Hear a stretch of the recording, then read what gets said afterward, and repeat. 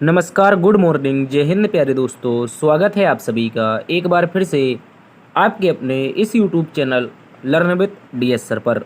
साथियों, आज की इस क्लास में हम आप सभी के लिए एक बार फिर से लेकर के आए हैं उत्तर प्रदेश पुलिस री एग्ज़ाम के लिए रीजनिंग का एक बेहतरीन प्रैक्टिस सेट। प्यारे साथियों, आज की इस क्लास में हमारा रीजनिंग का प्रैक्टिस सेट नंबर पार्ट 18 होगा।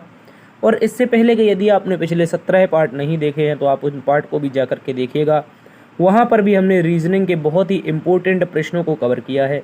और दोस्तों, जैसा कि आपको पता ही होगा कि हमारे यूपी पुलिस के री एग्ज़ाम की डेट बहुत ही नज़दीक आ चुकी है। आज से मात्र 13 दिन बचे हुए हैं, क्योंकि 23, 24, 25 और 31 अगस्त को आपकी परीक्षा होनी है। तो इन विशेष 13 दिनों में हम बहुत ही बेहतरीन तरीके से रीजनिंग को जानेंगे। और आपके लिए अंत में हो सकता है एक 5-6 घंटे की मैराथन क्लास भी हो, जिसमें हम लगभग 200 प्रश्नों को शामिल करेंगे जो इम्पोर्टेंट रीजनिंग के बन सकते हैं। चलिए दोस्तों, शुरू करते हैं बिना किसी देरी के आज की इस प्यारी सी क्लास के क्वेश्चन नंबर 1 की ओर चलते हैं।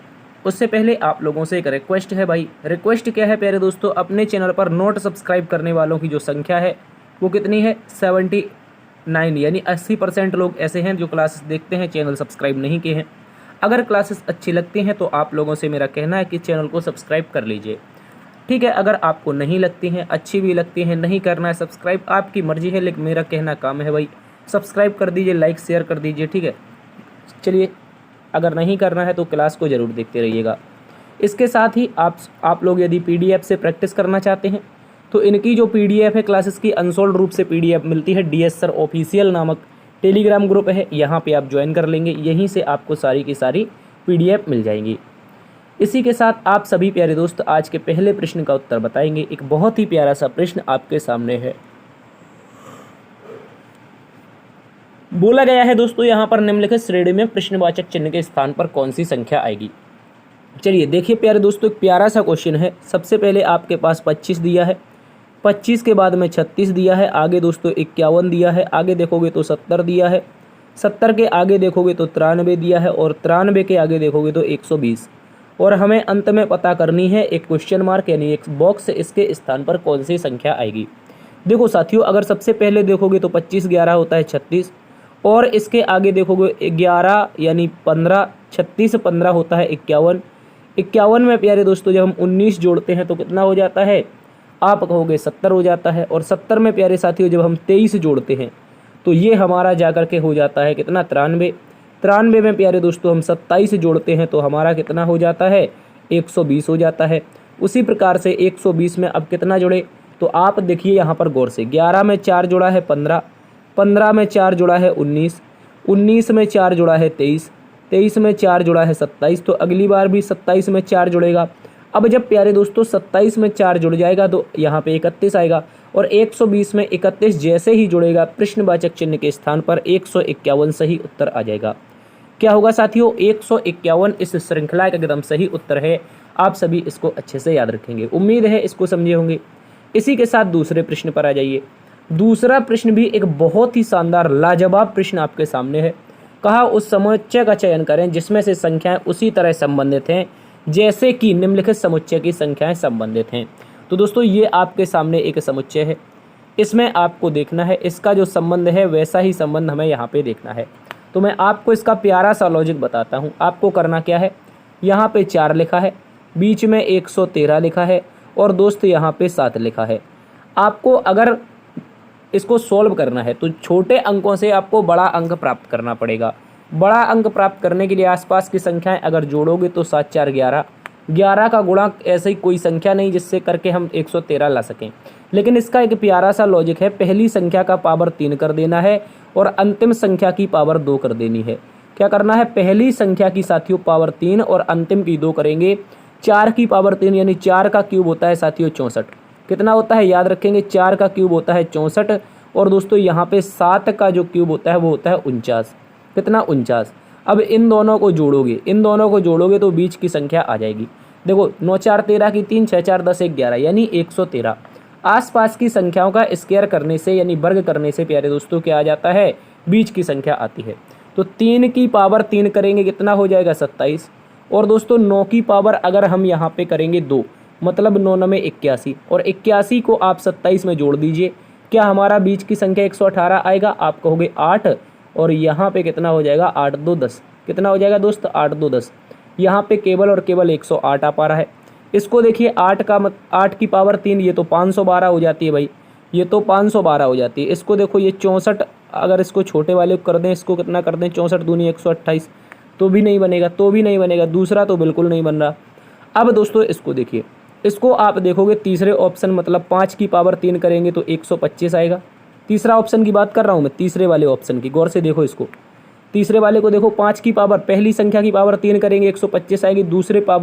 दूसरे संख्या की जो लास्ट में संख्या दी है 4, उसकी पावर करेंगे 2, तो ये कितना आ जाएगा?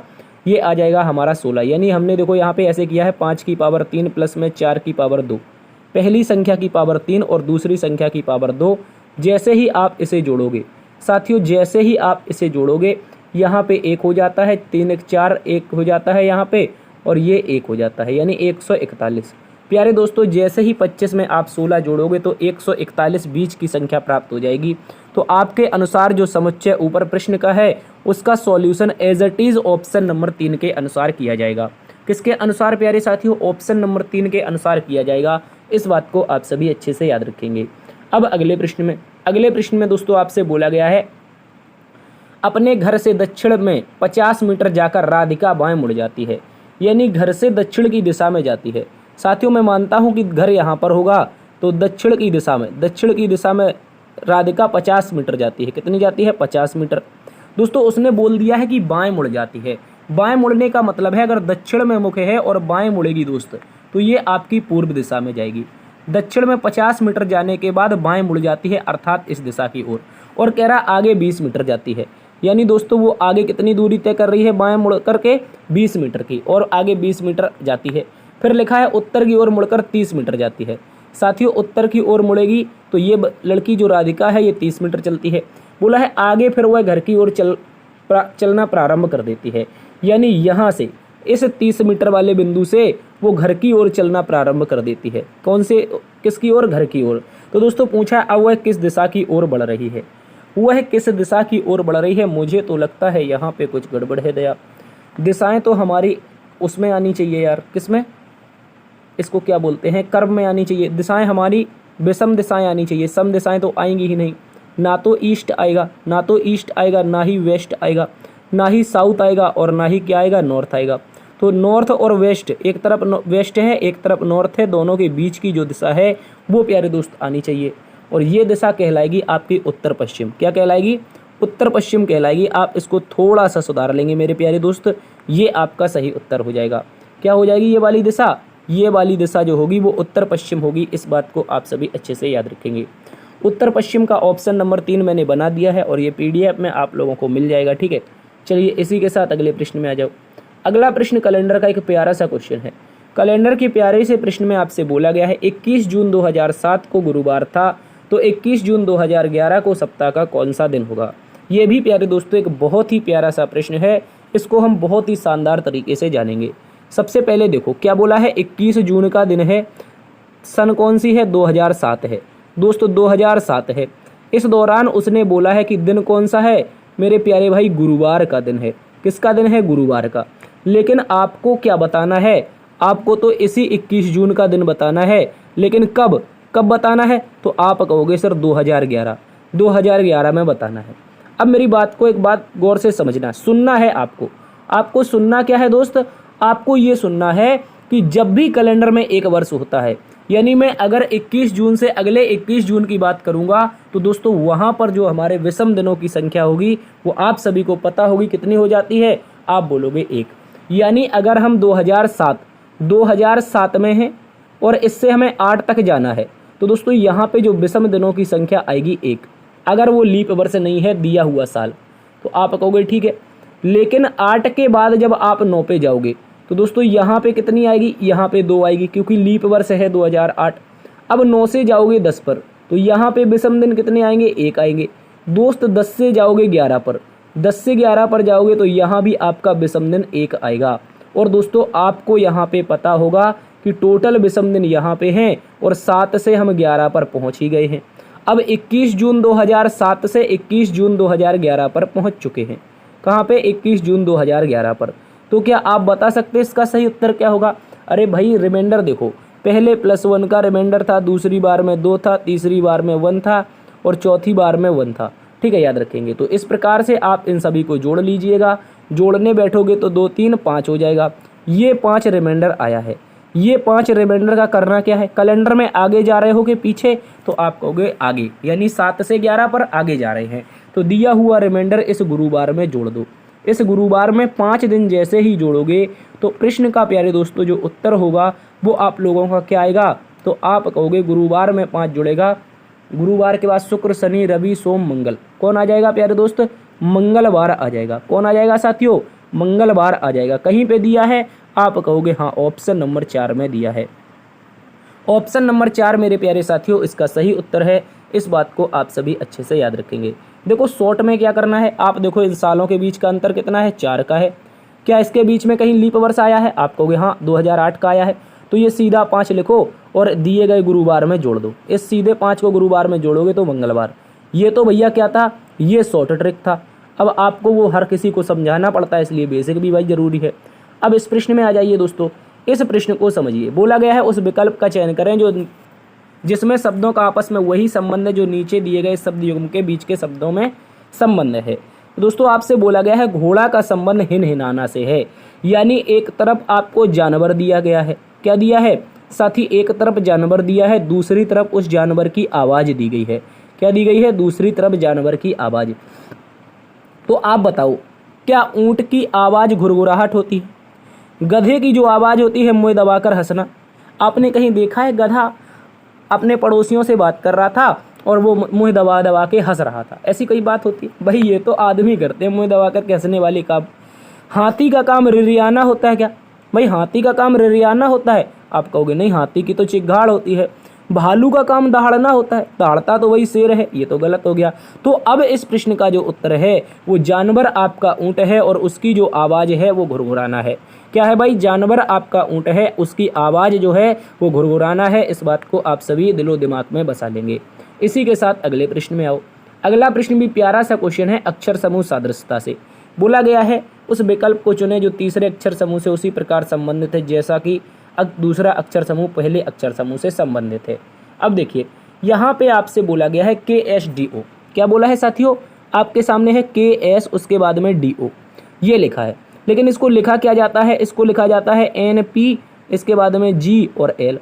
और इसी के साथ साथ में कोडिंग किसकी बतानी है? आप कहोगे SB, J और Y की। दोस्त SB, J और Y की बतानी है। तो देखो यहाँ पे आप देखोगे ये 11 पर होता है, ये 14 पर होता है। यहाँ पे S 19 पर होता है, P 16 पर होता है। दोस्त D 4 पर होता है, G 7 पर होता है। यहाँ पे ये 15 पर O होता है, L 12 पर होता है। अगर आप इनके बीच का संबंध देख पा रहे होंगे तो आपको पता चलेगा प्यारे दोस्त, पहली बार में तो +3 हुआ है, अगली बार में -3, इसके आगे +3 और फिर से हमारा -3। तो दोस्तों पहली बार में +3 करना है, पहली बार में +3 करना है। 19 में 3 जुड़ेगा 22 होगा और लास्ट वाले में 3 घटाना, यानी 25 में 3 जाएगा। अगर 25 में 3 जाएगा प्यारे दोस्तों तो भी क्या होगा? तो आप क्या बोलोगे? 25 में 3 जाएगा, मतलब 25 में से 3 गया 22, 22 पर V, यानी शुरुआत भी V से होगी और अंत भी V से होगा। शुरुआत भी V से होगी, अंत भी V से होगा। तो शुरुआत V से, अंत V से, ऑप्शन नंबर 4 में है। देखो इसका अंत W से हो रहा है, इसकी शुरुआत W से हो रही है, इसका अंत W से हो रहा है। तो यहाँ पे आप कहोगे प्यारे दोस्त कि ऑप्शन नंबर 4 जो है वो एकदम सटीक उत्तर है। अब देखो B में से 2 घटाओगे मतलब ये 2 पर होता है। अब इसमें 3 घटना है, चूंकि कितना 3, अगर 3 घटेगा 2 तो चला गया, 2 तो चला गया, एक और घट जाएगा, क्या बचेगा? Y बचेगा। बोलो 28 मान लेते हैं इसको। अब इसमें से 3 घटाओ कितना? 25 पर Y आता है। J होता है 10 पर, इसमें 3 जुड़ेगा 13 पर M। प्रश्न का उत्तर यही होगा, ऑप्शन नंबर 4। आगे आ जाओ प्यारे साथियों। कोडिंग बिल रिलेशन का एक बहुत ही प्यारा सा प्रश्न आप सभी के सामने है। बोला है A#B का अर्थ है आगे वाली B पीछे वाले की बहन है, यानी A जो है वो B की बहन है। A@B में है, A B की पुत्री है। A एंड B में है, A B का पति है। और A%B में क्या है? A B का पिता है। तो दोस्तों पहली ही लाइन पढ़ते हैं, A%B यानी जो आगे वाला A है। साथियों अच्छे से समझेंगे, यहाँ पर समझिए, यहाँ पर आप समझिए, जो आगे वाला A है ये पिता है किसका? पीछे वाले बी का। अच्छे से समझना है, आगे वाला पिता है पीछे वाले बी का, और एंड का मतलब है आगे वाला पति है पीछे वाले का। आगे वाला पति है तो शादी हो जाएगी सी से, ये पत्नी हो जाएगी। उसके बाद में क्या है, उसके बाद में हैशटैग है, सी डी के बीच में क्या है, हैशटैग। हैशटैग का मतलब था आगे वाली पीछे वाले की बहन है, तो आगे वाली सी बहन है किसकी, डी की, याद रखेंगे। इसके बाद मतलब आया है एट द रेट का। एट द रेट का मतलब था आगे वाली पुत्री है। आगे वाली प्यारे दोस्तों ये जो डी होगी ये पुत्री हो जाएगी किसकी, तो आप कहोगे पीछे वाले ई की। किसकी हो जाएगी प्यारे दोस्तों, पीछे वाले ई की। प्रश्न में क्या बोला है, बी ई से किस प्रकार संबंधित है। शायद ये कल का प्रश्न रिपीट हुआ है क्या, मुझे बताओ, क्या ये कल का प्रश्न रिपीट हुआ है। बी ई से लगा है ई के साथ, तो क्या बोलेगा, से लगा है ई के साथ, ई क्या बोलेगा। अगर ये बोलेगा आपको पुत्री, पुत्री का पति क्या होता है, दामाद जी होता है भाई, पुत्री का पति दामाद जी होता है। और ये कल का प्रश्न रिपीटेड है भाई, ये कल का प्रश्न रिपीटेड है। चलिए आपका क्या हो गया, रिवीजन भी हो गया। इसके साथ आगे आ जाओ, आगे आ जाओ। अब प्रश्न को देखिए, बहुत ही प्यारा सा प्रश्न है। यहाँ पर समझिए, बोला गया दिए गए समीकरण में किन दो संख्याओं को आपस में बदलने पर समीकरण संतुलित हो जाएगा। प्यारे दोस्तों किन दो संख्याओं को, अगर हम ऑप्शन नंबर ए को उठाते हैं, भाई इसमें आपको बाई ऑप्शन ही करना पड़ेगा। ऑप्शन नंबर ए को उठाते हैं तो दोस्तों 2 को 6 से बदलना है, तो 2 के स्थान पर 6 रख दो, डिवाइड में जहाँ पे 6 है उसके स्थान पर 2 रख दो, फिर प्लस लगाओ, 2 के स्थान पर 6 रख दो, 6 के स्थान पर 2 रख दो, -13 है, और गुणा में इसमें क्या करना है, 6 के स्थान पर 2 रखना है, बराबर में क्या हमारा 54 आएगा। देखो इसको सॉल्व करते हैं, नहीं आएगा तो आगे चेक करेंगे। देखो इसमें भी हमें क्या लगाना है, ये सारी प्रक्रिया करने के बाद बोर्ड मास ही लगाना है भाई। क्या लगाना है, बोर्ड मास। बोर्ड मास का bracket of divide multiply add और सब्ट्रैक्ट। देखो यहाँ पे क्या कटेगा, डिवाइड मतलब 18 हो जाएगा, प्लस में क्या है दोस्तों 62 है, माइनस में 13 दूनी है 26, 62 18 होता है 80 दोस्त, 80 में से जाएगा 26, तो क्या बचेगा, आप कहोगे 80 में से 26 54 बचेगा, और बराबर के उस पार भी हमारा 54 है, तो आप कहोगे LHS is equal to RHS। अगर हम ऑप्शन नंबर 1 में 6 और 2 को परस्पर आपस में बदल देते हैं तो प्रश्न का जो उत्तर होगा मेरे प्यारे दोस्त वो कितना हो जाएगा, आप सभी अच्छे से याद रखेंगे। ये उत्तर हमारा हो जाने वाला है क्या, 6 और 2 को बदलें तो हमारा समीकरण संतुलित हो जाएगा। आगे आइए, अगला प्रश्न एक और बेहतरीन सा प्रश्न है। इस प्रश्न को देखिए, बोला है 20 डेल्टा 20 का मतलब 5 है, 90 डेल्टा 40 का मतलब 13 है, और 20 डेल्टा 20 का मतलब 4 है।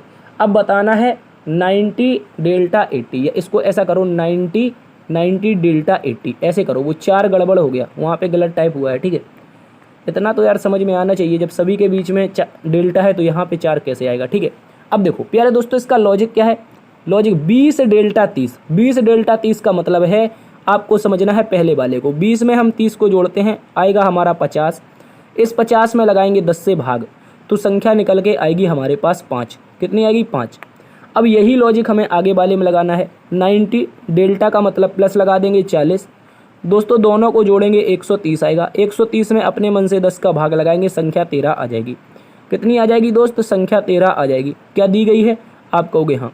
अब दोस्तों वही लॉजिक यहाँ पे भी लगेगा, क्या लगेगा, तो आप बोलोगे 20 डेल्टा का मतलब प्लस है, फिर से 20 मतलब कि 40, 40 में दोस्तों 10 से भाग, कितना बचेगा 4, तो क्या ये भी आया है, आप कहोगे हाँ ये भी आया है, 20 डेल्टा 20 का मतलब 40 है।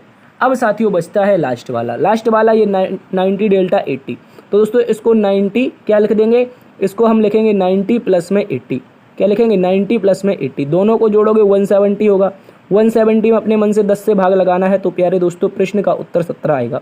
कितना आएगा मेरे प्यारे साथियों, प्रश्न का उत्तर 17 आएगा, ऑप्शन नंबर 4 में है। कितना आएगा, ऑप्शन नंबर 4 में है, ये आपका एकदम सही उत्तर है साथियों, आप सभी अच्छे से याद रखेंगे, ठीक है। क्या हो जाएगा, ये आप लोगों का एकदम सटीक उत्तर है। अगले प्रश्न में आओ, प्रश्न में बोला है दिए गए अक्षर श्रृंखला में अगला पद बताइए। भाई अक्षर श्रृंखला का एक प्यारा सा क्वेश्चन दिया है, क्या लिखा है ABD, ये पहला पद है, दूसरा है CDF, तीसरा क्या है EFG, EFH है, और अगला ज्ञात करना है। यहाँ पे हमें अगला ज्ञात करना है, तो देखो गौर से ABCD, सॉरी C को छोड़ दिया तो D हो गया, अब CD, पहले AB फिर CD फिर EF, तो अब क्या होगा FG हो जाएगा, कितना हो जाएगा FG। अब देखो D के बाद F के बाद H के बाद क्या हो जाएगा J हो जाएगा, तो प्रश्न का क्या उत्तर होगा FGJ कहीं पर दे रखा है क्या, FGJ, कुछ तो गड़बड़ है, कुछ तो गड़बड़ है यहाँ पे, मैंने कुछ गड़बड़ की है क्या। चलिए एक बार फिर से देखिए AB हो गया, ठीक है। इसके बाद में CD, एफ के बाद जी एच होना चाहिए। सॉरी, मैंने वहाँ पे गलती कर दी थी, जी एच होना चाहिए, अगली बार में 2 जुड़ेगा। तो प्रश्न का उत्तर आना चाहिए जी एच और जे। क्या आना चाहिए? जी एच जे आना चाहिए। ठीक है, जी एच जे ऑप्शन नंबर 1 में है दोस्तों, ये आपका सही उत्तर हो जाएगा। क्या हो जाएगा मेरे प्यारे भाई? ये आपका सही उत्तर हो जाएगा ऑप्शन नंबर ए। अगले प्रश्न में आओ। अगला प्रश्न बहुत ही प्यारा सा प्रश्न है। क्या बोला गया है? निम्नलिखित 4 अक्षर समूहों में से 3 अक्षर समूह एक निश्चित तरीके से एक जैसे हैं और एक अलग है। अलग अक्षर समूह को चुनिए। चलिए चुनते हैं। देखो, ऐसे प्रश्नों को हम स्थानीय मान से करते हैं। जैसे हमने कहा ई कितने पर है, आप कहोगे ई 5 पर है। जी कितने पर है? 7 पर है। दोस्त के कितने पर है? तो 11 पर है। अब इसी के साथ आगे आई कितने पर है? 9 पर है। के कितने पर है? 11 पर। एम कितने पर है? 13 पर है। अब यहाँ पे आगे देखो, आगे देखने जाओगे तो बी जो है वो कितने पर है दोस्त? बी हमारा 2 पर है।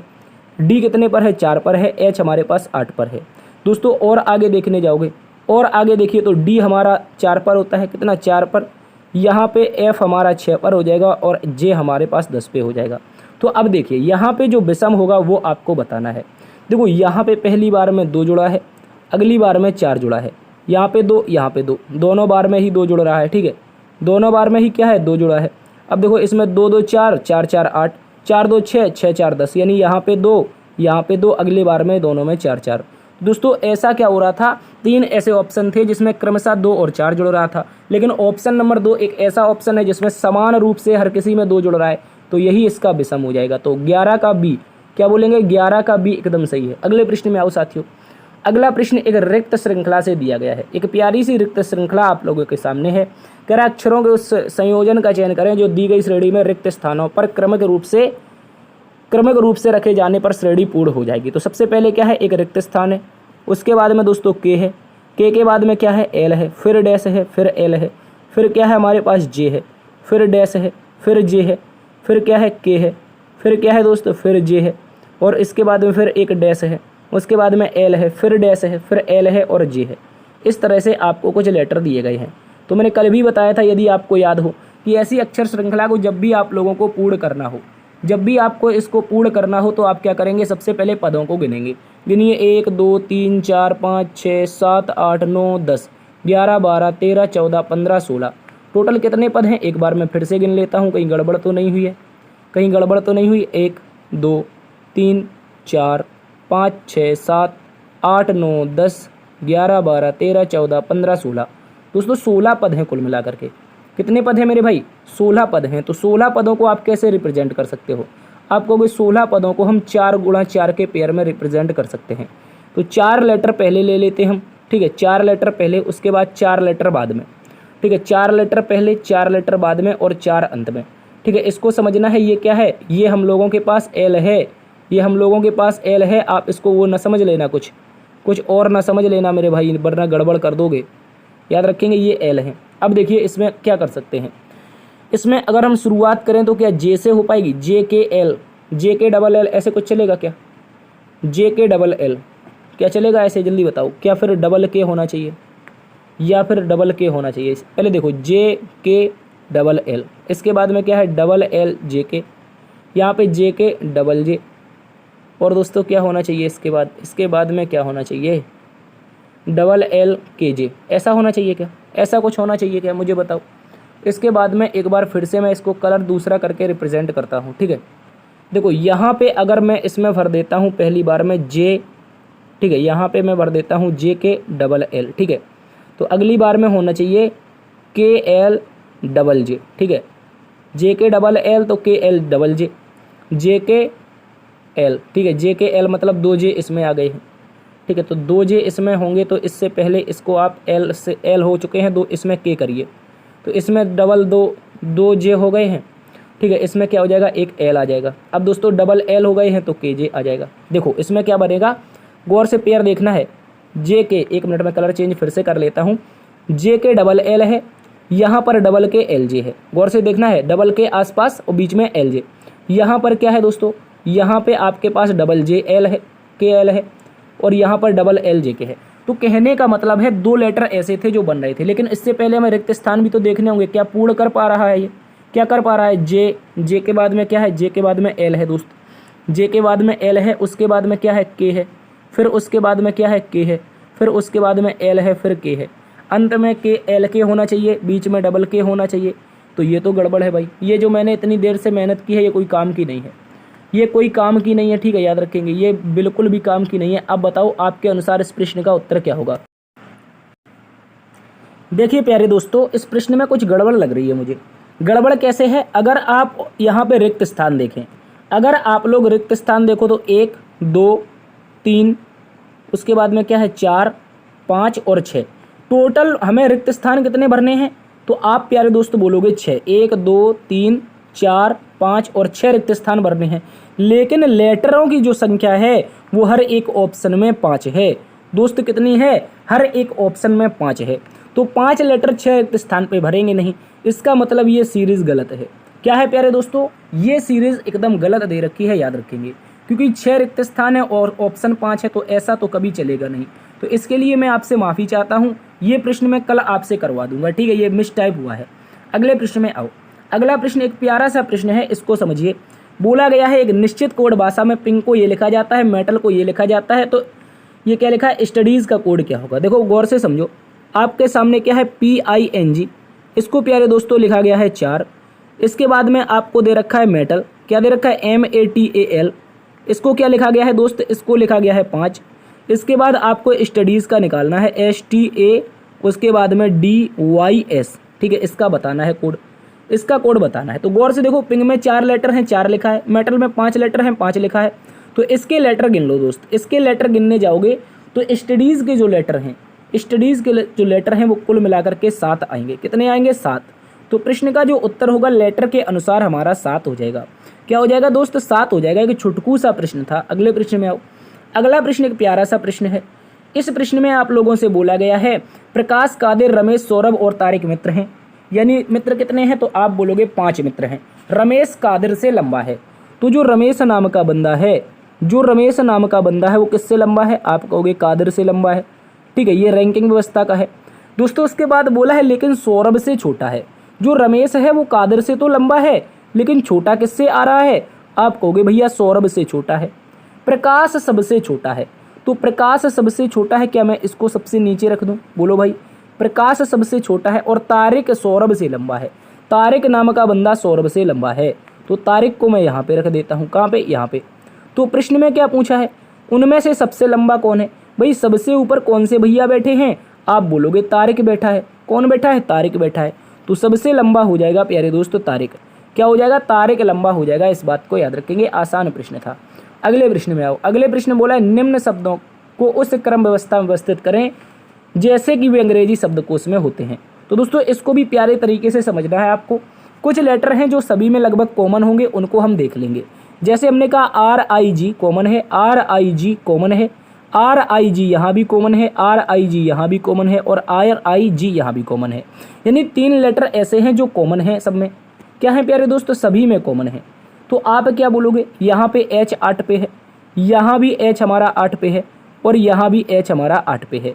तो विकल्प की शुरुआत जो होगी या तो 1 से हो या 3 से हो या 5 से, क्योंकि I तो भैया हमारे पास 9 में है और ये हमारे पास 15 पर है ओ। तो आप क्या बोलोगे, सबसे लास्ट में जो आएगा वो 4 नंबर आना चाहिए। क्या आना चाहिए, 4 नंबर। और उसके पहले कौन आना चाहिए, 2 नंबर आना चाहिए। देखो सबसे लास्ट में 4 नंबर चूँकि 15 पर है, और उसके पहले कौन सा, 2 नंबर आना चाहिए क्योंकि ये 9 पर है। तो 4 के पहले 2, 4 के पहले 2, देखो ये एक गलत हो गया, एक ये गलत हो गया, ये 2 विकल्प गलत हो गए दोस्त, याद रखेंगे। 4 के पहले 2 होना चाहिए था, लास्ट में 4 और 2 होना चाहिए था। यहाँ पे देखो, यहाँ पे क्या होना चाहिए था, 4 और उसके बाद 2, लेकिन यहाँ पे क्या है, 2 और 4 है, तो इस प्रकार से हमने गलत कर दिया। अब मैं आगे चेक करूँगा। अब जब मैं आगे चेक करूँगा तो प्यारे दोस्तों गौर से देखिए, यहाँ पर H के बाद क्या हो गया, T हमारे पास इसमें भी है, राइट, T इसमें भी है और T इसमें भी है। लेकिन हमें पता चला है कि L हमारे पास कितने पर है, L 12 पर है दोस्त, E हम लोगों के पास 5 पर है और S 19 पर है।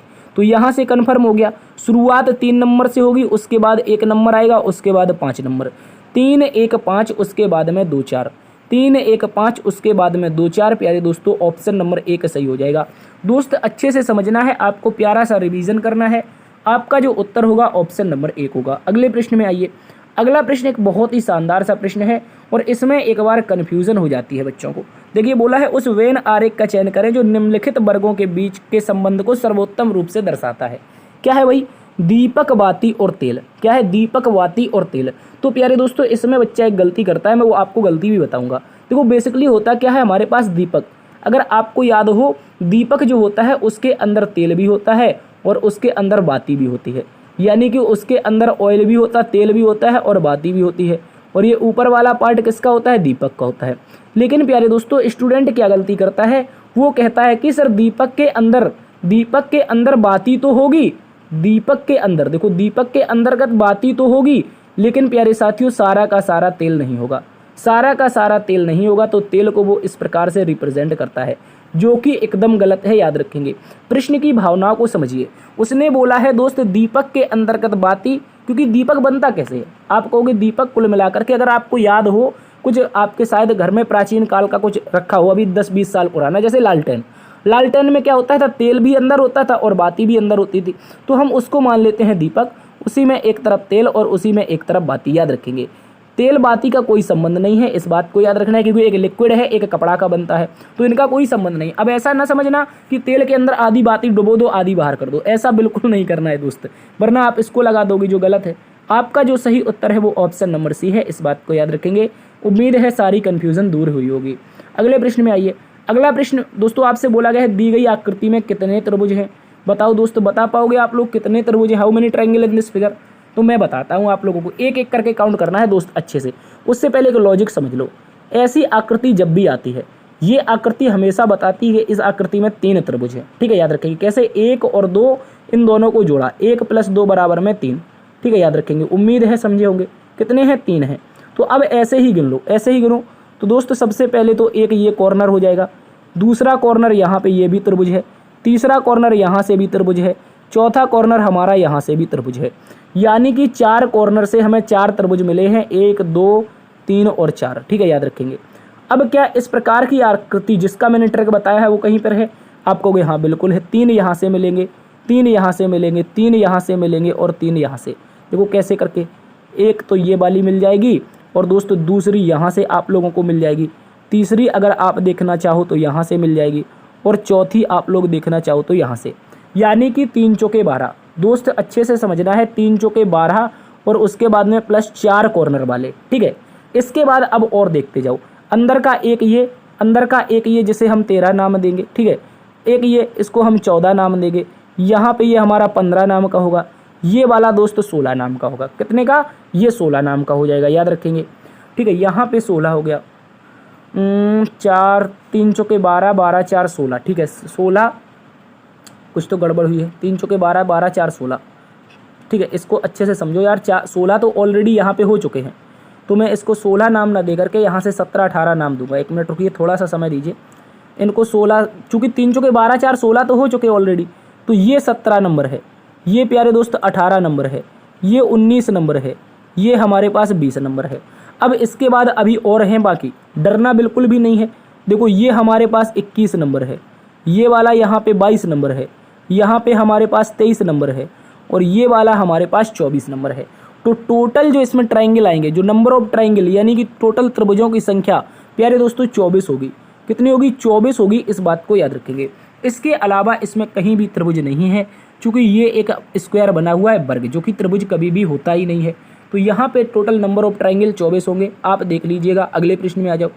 अगले प्रश्न में दोस्तों बोला है दर्पण में निम्नांकित चित्र में एक्स वाई के अनुसार रखा जाता है, तो दिए गए संयोजन का सही दर्पण प्रतिबिंब चयन कीजिए। तो दोस्तों गौर से देखो, जो 9 बना है वो कुछ इस प्रकार से हमारा 9 बनेगा। कैसा बनेगा? इस प्रकार का 9 बनेगा, ठीक है। इस प्रकार का 9, देखो ये गलत दे दिया, ये पी दे दिया, यहाँ पे एल दे दिया। अब बताओ, एक ही ऑप्शन ऐसा है जिससे हम पता कर सकते हैं पूरे के पूरे प्रश्न का आंसर, पूरे के पूरे प्रश्न का आंसर पता कर सकते हैं। ये यहाँ से ऐसा हो जाएगा और दोस्तों इसके बाद में ये ऐसे ऐसे बन जाएगा, इसके बाद में पी हमारा उल्टा बन जाएगा, एन हमारा और उल्टा बन जाएगा और एल हमारा कुछ इस प्रकार से हो जाएगा, जो कि मैंने आपको बताया है, जो ऑप्शन नंबर 2 में है। अगले प्रश्न में आओ। बोला है दोस्तों उस आकृति का चयन करें जो शेष से अलग हो, यानी अन्य सभी से भिन्न है। तो देखो गौर से समझना है, इसके जो डार्क एरिया है क्रॉस लाइन 4 में है, इसके 2 में क्रॉस लाइन है, इसके भी 2 में क्रॉस लाइन है और दोस्तों इसके भी 2 में क्रॉस लाइन है। आँखों का टेस्ट है भाई, इसमें समय तो बिल्कुल लगता ही नहीं, केवल आँखों का टेस्ट। इसमें पेन चलाने की कोई ज़रूरत ही नहीं है दोस्त, इसमें बिल्कुल ज़रूरत नहीं है पेन चलाने की। कह रहा है उस आकृति का चयन करें जो शेष से अलग है। अब हमने देखा इसके चारों के चारों एरिया डार्क मिल रहे हैं, इसके हमें 2 एरिया डार्क मिले, इसके भी हमें 2 एरिया डार्क मिले और यहाँ भी 2 एरिया डार्क मिले। तो आप कहोगे ऑप्शन नंबर ए। प्यारे दोस्तों 19 का ए एकदम सही है, यही इसका विषम है। आगे आ जाओ, एक और प्यारा सा प्रश्न, इसको देखिए, इसको भी बता दोगे आप, देखते ही आंसर आना चाहिए। अलग आकृति है भिन्न, एक पार्ट इसके 2 पार्ट, तो बोलोगे 20 नंबर का आंसर डी है। क्या है दोस्त? 20 नंबर का आंसर डी है, याद रखेंगे। अगले प्रश्न में आओ, ये एक अच्छा प्रश्न बन सकता है एग्जाम के लिए, इसको समझिए प्यारे दोस्त। ये प्रश्न एक अच्छा प्रश्न है, इसको समझ डाला तो लाई भी झिंगा लाला। ठीक है, समझिए प्यार से, अच्छे से देखेंगे। सबसे पहले आप इसको कैसे पता कर सकते हो? देखो स्क्वायर तो सभी में आ रहा है, सर्किल भी सभी में आ रहा है, लेकिन दोस्त आपका जो आकृति है वो त्रिभुज से पता करेंगे। त्रिभुज से पता करेंगे मतलब नॉर्थ ईस्ट की दिशा में है, उसके बाद वो दोस्तों ईस्ट की दिशा में गया है, फिर साथियों साउथ की दिशा में है। कहाँ पे है दोस्त? साउथ की दिशा में। अगर मैं देखता हूँ नॉर्थ ईस्ट से उसको ईस्ट में जाने के लिए 45 डिग्री कर्व लेना पड़ा है। देखो 45 डिग्री क्लॉकवाइज उसने कर्व लिया है, ठीक है, और इसके बाद ये सीधा सीधा ईस्ट से सीधा साउथ में चला गया। मतलब देखो ईस्ट में था साउथ में चला गया, तो ये तो 90 डिग्री ले रहा है, ये वाला यहाँ पे 90 डिग्री ले रहा है। यहाँ से तो 45 था लेकिन यहाँ से 90 डिग्री हो गया। अब दोस्त उसने यहाँ से फिर से 45 डिग्री कर्व लिया है, यहाँ से पश्चिम में था और दोस्तों कहाँ पे आया? साउथ वेस्ट में आया। तो दोस्तों ये कितना ले रहा? ये 45 डिग्री कर्व लेगा। देखो एक बार 45, एक बार 90, तो एक बार 45, अगली बार कितना होना चाहिए? 90 होना चाहिए। अब साथियों 90 होगा तो आपको क्या करना है? आपको यहाँ पे सबसे पहले एक एरिया बनाना है, और देखो इस दिशा में अगर हमें 90 बनाना है, अगर प्यारे साथी 90 बनाना है, तो अब वो इस दिशा में होगा। इस दिशा के साथ साथ अब इसका त्रिभुज, इस दिशा के साथ साथ इसका त्रिभुज। पहले दिशाएं देख लो, क्या नॉर्थ वेस्ट में है? हाँ भाई ये नॉर्थ वेस्ट में है, ये नॉर्थ वेस्ट में आ चुका है यहाँ पे एरो, ठीक है। अब नॉर्थ वेस्ट में इस ऑप्शन में नहीं है, यहाँ पे हो सकता है, यहाँ भी नहीं है, यहाँ भी नहीं है, तो आपको चेक ही नहीं करना। अब सर्कल आपको चेक ही नहीं करना छोटा वाला, यहाँ से तो पता चल गया कि 21 नंबर का जो आंसर हो दोस्त वो आपका ऑप्शन नंबर बी होगा। क्या होगा? 21 का बी होगा, इस बात को आपको याद रखना है। अगले प्रश्न में आइए। अगला प्रश्न एक और प्यारा सा प्रश्न है दोस्तों। यहाँ पे बोला गया है नीचे दी गई श्रेणी में ऐसी कितनी विषम संख्याएं हैं जो किसी अन्य विषम संख्या के तत्काल बाद आती हैं। यानी विषम संख्या तो है लेकिन वो अन्य तत्काल बाद आ रही है, अन्य विषम संख्या के तत्काल बाद आ रही है। जैसे मैं देखता हूँ 1 के बाद कौन सी? 3 आई विषम है। अब दोस्तों यहाँ पे इसके बाद में ये आई 5, तो ये भी विषम है। इसके बाद दोस्तों आप यहाँ पे गलती कर दोगे जो मैं नहीं करने दूंगा, 5 के बाद में 7 भी विषम है। इसके बाद में अब आगे देखोगे तो विषम, ये एक विषम है लेकिन यहाँ पे कोई है ही नहीं। और आगे देखिए यहाँ भी नहीं है, यहाँ भी नहीं है। विषम के तत्काल बाद आती है। कौन सी विषम संख्या है जो विषम के तत्काल बाद आती है? विषम के तत्काल बाद आती है, याद रखेंगे। कौन सी हो जाएगी भाई? कौन सी हो जाएगी? इसके आगे देखो, विषम के तत्काल बाद यहाँ भी नहीं होगी, विषम के तत्काल बाद यहाँ भी नहीं होगी। तो आप कह पाओगे प्यारे दोस्तों 3 ऐसी संख्याएं हैं जो विषम के तत्काल बाद आती है। जैसे मैं कह रहा हूँ एक संख्या 3 है जो किसके बाद आ रही है? 1 के बाद। एक संख्या प्यारे दोस्तों 5 है जो किसके बाद आ रही है? 1 के बाद। एक संख्या प्यारे दोस्तों 7 है जो किसके बाद आ रही है? 5 के बाद। तो दोस्तों ऐसी 3 संख्याएं हैं जिनमें क्या है? विषम के बाद आती हैं, याद रखेंगे। अब इसके अलावा आपको कहीं दिख रहा है तो बताओ, मेरी नज़र तो थोड़ी कमज़ोर हो गई, पुरखा आदमी हूँ ना, डुकरा हो गया हूँ मैं, मुझे दिखाई नहीं दे रहा। आगे प्रश्न में आ जाओ। 3 है भाई, 3 है। आंसर कौन सा? ऑप्शन नंबर ए लगाओगे, ठीक है। अब इस प्रश्न का बताइए, इस प्रश्न का बताओ दोस्त। इस प्रश्न में बोला अंग्रेजी वर्णमाला में बाएं से 11वें अक्षर के दाएं 15वें अक्षर के बाएं चौथा अक्षर क्या होगा? एक एडवांस लेवल क्वेश्चन, लेकिन इसको भी हम तोड़ मरोड़ के कर ही लेंगे, ठीक है। अंग्रेजी वर्णमाला में बाएं से 11वां, आपको पहले 2 के बीच में लगा देना है। पहले बेसिक लगाओ, इसको छोड़ दो, अभी इसको छोड़ दो, इसको रहने दो। बेसिक लगाओ, बाएं से 11वां मतलब लेफ्ट से प्यारे दोस्तों 11वां, उसके बाद में दाएं 15वां मतलब राइट से 15वां, लेफ्ट से 11 का राइट 15। तो दोस्तों आप क्या करोगे? हमेशा मैंने बताया है कि लेफ्ट आते हैं या राइट आते हैं, तो ऐसी स्थिति कहलाती है कि हम घटा देंगे। अगर लेफ्ट राइट आ जाए या राइट लेफ्ट आ जाए तो ये स्थिति कहलाती है हम जोड़ देंगे, ठीक है, याद रखेंगे। तो अब मैंने कहा लेफ्ट से 11 मतलब पहले को पकड़ेंगे और दोनों को जोड़ेंगे। लेफ्ट राइट आया है, चूंकि कौन सी कंडीशन है? ये वाली। तो इसमें लेफ्ट राइट है, 15 11 कितना हो जाएगा दोस्तों? 26 हो जाएगा। अब दोस्तों ये 26 हमारे पास आ चुका है, लेकिन अभी वो सवाल खत्म नहीं हुआ है, क्योंकि उसने पूछा है 15वें अक्षर के बाएं चौथा, यानी कि लेफ्ट से ही फोर्थ और बताना है, लेफ्ट से ही फोर्थ बताना। अब देखो ये वाली कंडीशन आई तो इसमें क्या होगा? घटेगा। तो अब क्या करोगे? लेफ्ट को पकड़ोगे, 1 घटा दो, 26 में दिया गया 4 घटाओगे तो कितना बचेगा? 26 में से दिया गया 4 घटाओगे तो सब प्यारे साथियों आप कह पाओगे 22 बचेगा। और लेफ्ट से 22 प्यारे साथियों बच्चा बच्चा जानता होगा कि लेफ्ट से 22 यानी बाएं से 22वां जो अक्षर होता है वो कौन सा होता है, वी।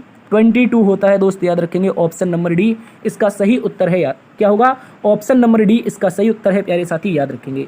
चलिए इसी के साथ अगले प्रश्न में आ जाते हैं। अगले प्रश्न में आ जाओ। प्रश्न में को देखिए, पढ़िए, समझिए इसको। बहुत ही प्यारा सा प्रश्न है, चुटकियों का आंसर है। सफ़ेद को नीला, नीले को लाल, लाल को पीला, पीले को हरा, हरे को काला, काले को बैगनी और बैगनी को नारंगी कहा जाता है। तो मानव के खून का रंग क्या होगा? प्रश्न कितना सा है, मानव के खून का रंग क्या होगा? तो बताओ मानव का खून कैसा होता है, लाल। लेकिन प्रश्न में लाल को क्या बोला है, लाल को पीला बोला है।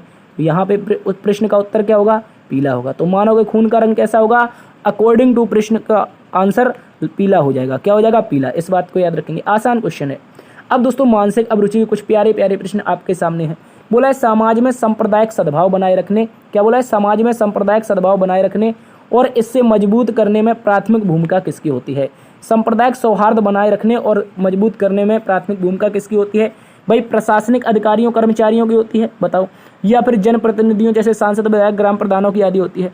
आगे बोला पुलिस अधिकारियों जैसे पुलिस अधीक्षक, पुलिस क्षेत्राधिकारी, थाना अध्यक्ष इसकी होती है। प्रत्येक नागरिक चाहे वह अपने व्यक्तिगत व्यवसाय और जीवन में किसी भी भूमिका में रहा हो उसकी होती है। तो आप क्या बोलोगे भाई, ये प्रश्न तो मैंने आपको करवाया है। यदि आपने पिछले प्रैक्टिस सेट देखें, देखो ना तो प्रशासनिक कर्मचारी और अधिकारी करवाते हैं, ना ही ग्राम प्रधान, विधायक और सांसद करवाते हैं, ये तो लड़वाने में आगे रहते हैं, और ना ही पुलिस अधीक्षक, पुलिस क्षेत्राधिकारी और थाना अध्यक्ष इसमें भूमिका निभाता है। अगर सांप्रदायिक सौहार्द सद्भाव बनाने में सबसे महत्वपूर्ण भूमिका निभाता है तो वो व्यक्ति, वो स्वयं व्यक्ति जो पढ़ा लिखा है, वो जानता है कि हमारे कुछ करने ना करने से सांप्रदायिक सौहार्द बिगड़ सकता है, तो हम ऐसा काम करें ही क्यों। तो ऑप्शन नंबर डी, प्रत्येक नागरिक की चाहे वह अपने व्यक्तिगत और व्यावसायिक जीवन में किसी भी भूमिका में हो। ठीक है, याद रखेंगे। अगले प्रश्न में आओ। ये प्रश्न एक अच्छा सा क्वेश्चन है, इसके लिए थोड़ी सी ब्राइटनेस बढ़ा लीजिए, इसको समझेंगे। इसका भी आंसर सटीक आएगा, बिल्कुल आपको समझते रहना है बस। बोला गया है एक बहुभाषी और बहुधार्मिक क्षेत्र में आप पुलिसकर्मी के रूप में तैनात हैं। भाई आपको सांप्रदायिक सद्भाव को बिगाड़ने के प्रयासों से जुड़ी एक खुफिया सूचना अपने विश्वसनीय स्रोतों से प्राप्त हुई है। इस संदर्भ में आप यह कदम नहीं उठाना चाहिए। क्या आपको कदम नहीं उठाना चाहिए, बताओ। कह रहा है कि आपको एक विश्वसनीय सूत्र से पता चला है कि सांप्रदायिक सौहार्द कोई बिगाड़ना चाहता है, तो बताओ कौन सा कदम नहीं उठाना चाहिए। इस सूचना को आप गंभीरता से लेते हुए तुरंत कार्रवाई करेंगे, बताओ। क्या इस सूचना को गंभीरता से लेते हुए तुरंत कार्रवाई करेंगे? इस सूचना की अफवाह के रूप में लेने के रोकने के लिए हर संभव प्रयास करेंगे। कह रहा है आप सोशल मीडिया एप्लीकेशन पर सजगता से निगरानी रखेंगे।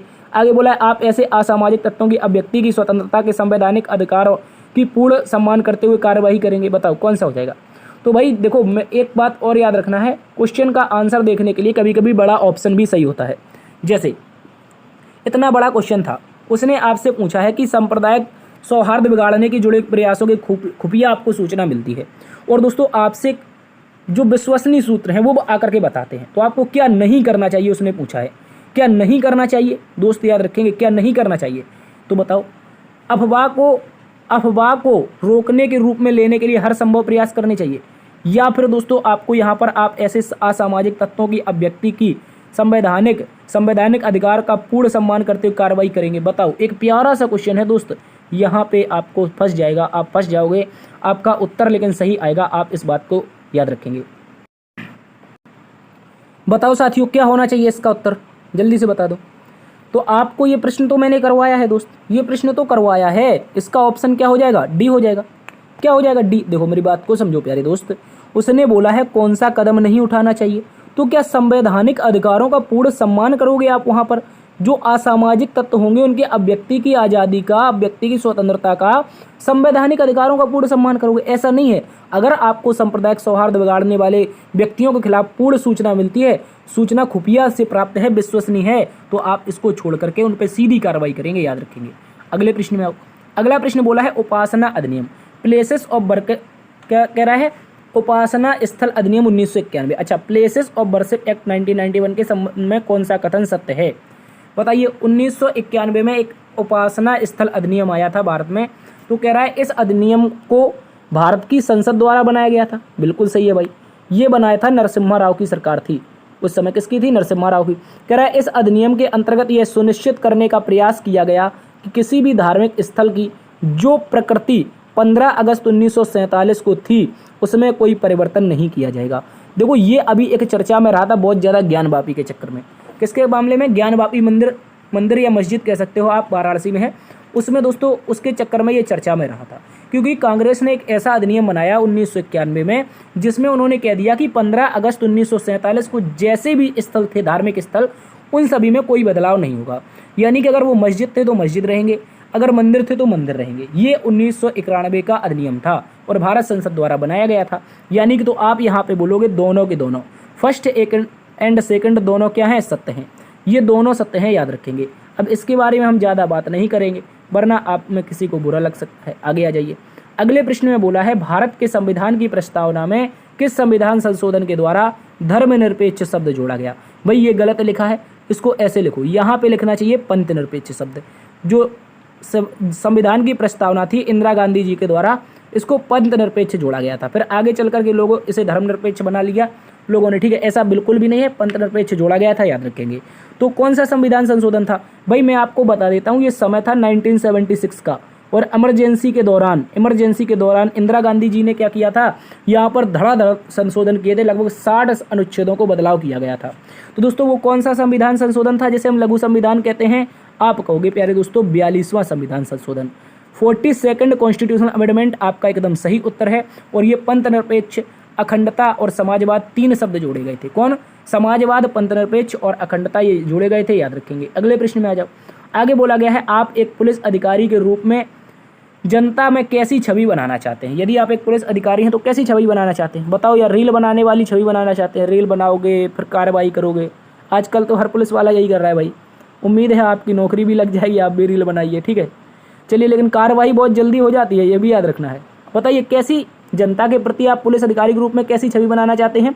एक दबंग पुलिस अधिकारी की नहीं भाई, एक कर्तव्यनिष्ठ पुलिस अधिकारी की, ये हो सकता है। एक ऐसे पुलिस अधिकारी की जिससे अपनी बात कहने से भी जनता डरे, नहीं भाई, जनता के सेवक हैं हम। आप जनता में अपनी छवि को कोई महत्व नहीं देंगे, ये भी गलत है। छवि तो महत्व देना ही है, पुलिस में नौकरी लगेगी तो भाई छवि को तो महत्व देना ही है। तो एक कर्तव्यनिष्ठ पुलिस अधिकारी के रूप में आप अपनी छवि बनाएंगे। प्रश्न का उत्तर होगा ऑप्शन नंबर बी। अगले प्रश्न में आइए। अगला प्रश्न दोस्तों बोला गया है, एक पुलिस अधिकारी के रूप में सांप्रदायिक सद्भाव द्वारा समाज में शांति स्थिरता कायम रखने के लिए आप क्या समझते हैं। भाई ये बताइए, समाज में सांप्रदायिक सद्भाव द्वारा शांति और स्थिरता कायम रखने के लिए क्या समझते हैं पुलिस अधिकारी के रूप में। तो कहा गया है सभी धर्मों मतों के ऊपर मनुष्यता और मानवता का सम्मान करें। बिल्कुल सही है, सभी धर्मों से ऊपर क्या है, मानवता धर्म है। किसी भी व्यक्ति को उसके विश्वास के विरुद्ध जाने में विवश नहीं करेंगे, ये भी बिल्कुल सही है भाई। किसी भी व्यक्ति को उसके विश्वास के विरुद्ध जाने में विवश नहीं करेंगे, याद रखना है। अब आगे बोला है, किसी अन्य व्यक्ति के धर्म संबंधी नियमों और मान्यताओं पर कोई टीका टिप्पणी नहीं करेंगे, ये भी बिल्कुल सही है। आप पुलिस अधिकारी हैं, किसी के धर्म संबंधी जो भी नियम हैं, मान्यताएं हैं, उन पर टीका टिप्पणी नहीं करेंगे, वरना हो सकता है कोई तुम्हें फतवा जारी कर दे। हालांकि मैं कहना चाह रहा हूँ, आप समझ गए होंगे, ठीक है। आप किसी के बारे में टीका टिप्पणी नहीं करेंगे। आगे बोला है, उपरोक्त सभी बातें आपके कार्य और व्यवहार को निर्देशित करें, एक ऐसा सुनिश्चित करेंगे। उपरोक्त सभी बातें आपके कार्य और व्यवहार को निर्देशित करें, आप ऐसा सुनिश्चित करेंगे। तो आप बोलोगे हाँ बिल्कुल, हाँ बिल्कुल सर, हम ऑप्शन नंबर डी को पूर्ण तरीके से मानते हैं, यानी कि तीनों की तीनों बातों का हम सम्मान करते हैं। तो ये हम समझते हैं सांप्रदायिक समाज में क्या है, शांति और स्थिरता कायम रखने के लिए किसी के बारे में हमें बुरा नहीं कहना है, भला नहीं कहना है। तो बचपन से सीखते आ रहे हैं। मानवता धर्म सबसे बड़ा धर्म है, किसने सिखाया, ये सनातन ने सिखाया, ठीक है। बस बाद बाकी आप समझदार हैं। आज का गृह कार्य प्रश्न प्यारे दोस्तों आप सभी के पास है। आप इसमें बताएंगे ये जो एक्स है इसके स्थान पर कौन सा विकल्प आएगा।